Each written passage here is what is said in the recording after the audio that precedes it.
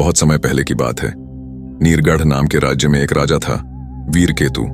साहसी, न्यायप्रिय और एक वचन का पक्का।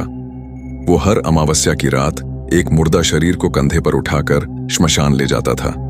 पर वो शरीर कोई आम नहीं था। उसमें बसा था क्रूर वाक्य, एक बोलता हुआ प्रेत, जिसे शाप था कि जब तक कोई उसके हर सवाल का सही उत्तर न दे, वो मुक्त नहीं हो सकता। वीरकेतु ने वचन दिया था कि वो उसे मुक्ति दिलाएगा।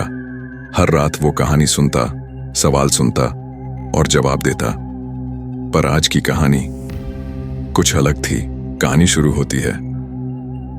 एक रात एक लेखक था, नाम था लिपिशेखर। वो कहानियां लिखता था जो लोगों के दिलों को छू जाती थीं। पर एक दिन उसे एक सपना आया। सपने में एक काली परछाई उसके कान में फुसफुसा रही थी, मुझे लिखो, मुझे अमर कर दो। सुबह जब उसकी आंख खुली, उसकी उंगलियां खुद ब खुद लिखने लगीं। उसने एक डरावनी कहानी लिखी, छल छाया। ये एक ऐसी परछाई की कहानी थी जो बस उन लोगों को दिखती थी जिनकी मौत पास होती है।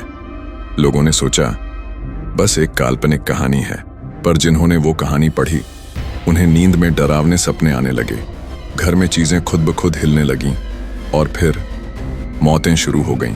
पहला पाठक 7वें दिन बिस्तर पर मृत मिला। उसकी दीवार पर एक काली परछाई बनी थी, मानो वो कोई जिंदा चीज हो जो वहां से देख रही हो। राजा वीरकेतु तक बात पहुंची। वो खुद लेखक लिपिशेखर के पास गया। लिपिशेखर कांप रहा था, उसके चेहरे पर खून की रेखाएं थीं। महाराज, ये कहानी मैंने नहीं बनाई। वो परछाई मेरी आत्मा में उतर आई थी। मुझे लगा जैसे मैं सिर्फ उसका माध्यम हूं। राजा ने उसे सुरक्षा में रखा। पर तीसरी रात लिपिशेखर भी मारा गया। उसके कमरे में खिड़कियां बंद थीं, दरवाजा अंदर से कुंडी लगा था, लेकिन दीवार पर वही जली हुई परछाई थी। अब राजा ने 3 लोगों को बुलाया। 1. औगड़ाल, एक तांत्रिक जो शब्दों में आत्मा भरने का दावा करता था। 2.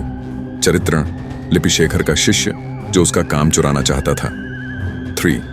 मौनशीला, उसकी पत्नी जो हर रात कुछ बड़बड़ाती थी। राजा ने तीनों से सवाल किए। औगड़ाल बोला, मैंने बस इतना किया कि उसके शब्दों में शक्ति भर दी, पर मैं नहीं जानता कि वो छाया कहां से आई।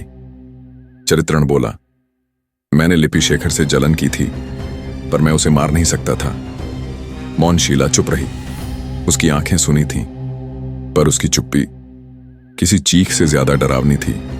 अगले दिन चरित्रण भी मर गया और दीवार पर 2 परछाइयां थीं।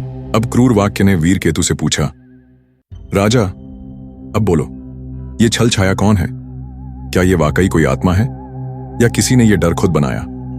वीरकेतु चुप रहा, सोचता रहा, फिर बोला, छल छाया कोई आत्मा नहीं, ये एक विचार था जिसे मौनशीला ने जन्म दिया। उसने ही अपने पति को डराया, तांत्रिक को बुलवाया ताकि वो कहानी अमर हो जाए। उसने छाया को एक डर बना दिया जो पढ़ने वालों को सच लगने लगा। क्रूर वाक्य हंस पड़ा, लेकिन उसकी आंखें नम थीं। तुमने फिर सच जान लिया, पर याद रखना, कुछ छायाएं शब्दों से बनती हैं और कुछ इंसानों की सोच से।